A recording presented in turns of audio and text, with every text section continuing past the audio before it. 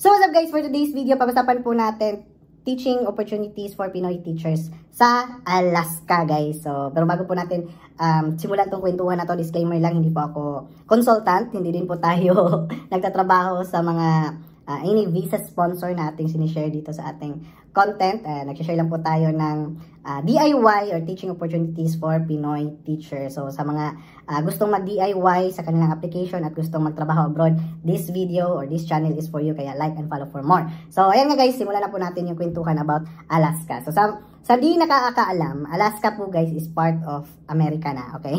So nabili po ng America, then it's a state in America.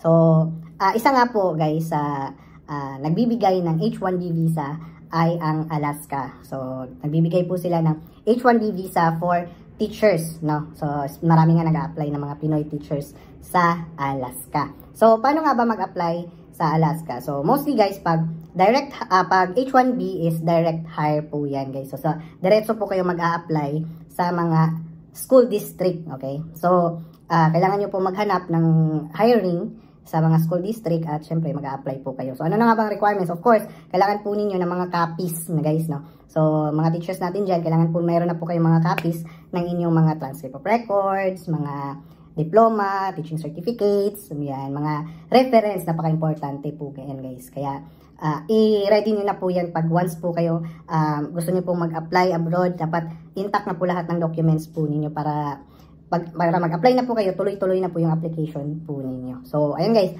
So, simulan na po natin kung paano mag-apply sa Alaska. So, isa nga po sa district is the Anchorage School District na pwede po ninyong applyan. Sobrang rami pong hiring guys. Rami ko pong nakikita doon. Kaya, kung interesado ka sa video na to, just stay tuned and watch how to apply step-by-step application sa Anchorage School District sa Alaska. Kaya, let's go guys!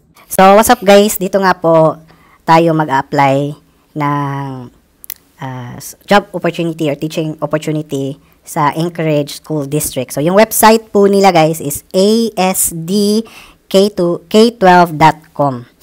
Ayan. So, yun po yun. Anchorage School District. Sa Alaska po ito guys. So, have a great summer. So, ngayon po guys, it's summer sa Amerika. So, kasama na po yung Alaska doon. So, hiring season po guys. So, pwede po kayong mag-apply. So, ito guys, maganda po yung website po nila. So, pwede po kayong magbasa po dyan. Ayan, mga events po nila. Anchorage School District.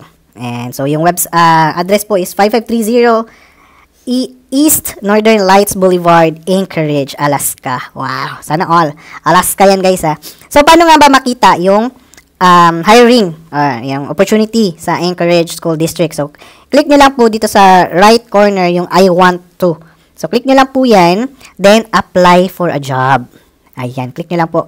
So, dito po makikita guys yung paano mag-apply. So, dito po guys, meron pong nakakategorize po dito na view external applicant position at view internal applicant position. So, dito po kayo sa external because this one is for open to all applicants. Ito kasi nasa regular na po yan.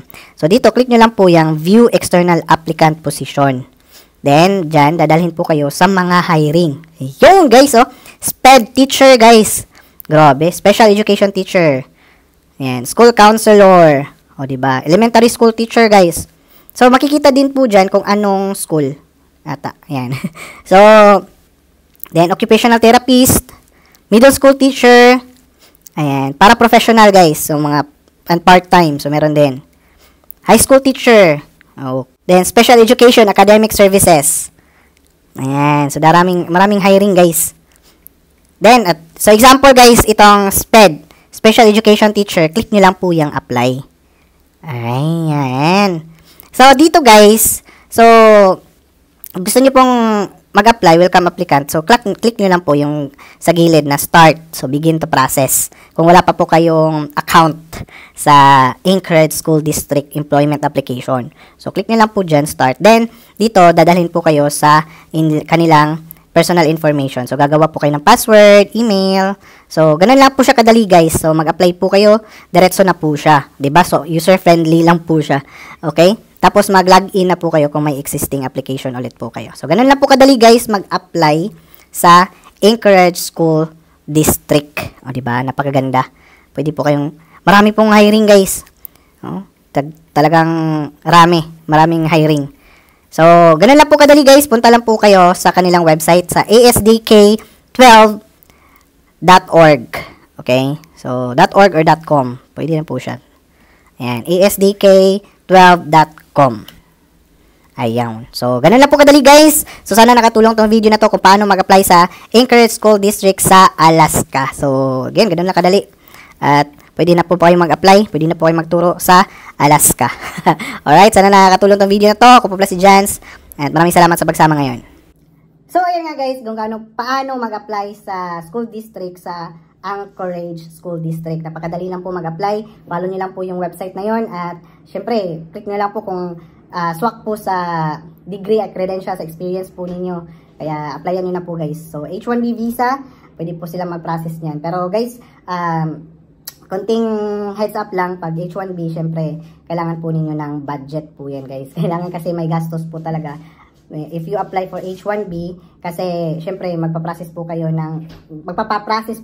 sa immigration lawyer po niyan. Kaya more or less, dapat meron po kayo around 250,000 pesos up. Depende po kasi yan sa immigration lawyer. Kung magkano yung processing fee, may mga premium pa yan. So yan guys, yan lang yung talaga ng H1B kasi gagastos po kayo. Pero maganda naman po, mababawi mo naman po yan. Kaya ayan, good luck teachers at sana nakatulong tong video na to. Kung nakatulong tong video na to, please like and follow our Facebook page and subscribe to our YouTube channel. So, sana marami pa tayong mga teachers na matulungan. Like and share lang po. Share this video para mas marami pa tayong mga teachers na matulungan. Kaya maraming salamat guys sa suporta. Ako po pala si Jans. At see you again in my next vlog. Bye.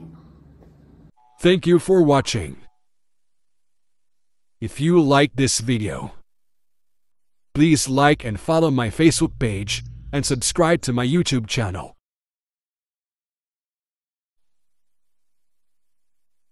To God be the glory.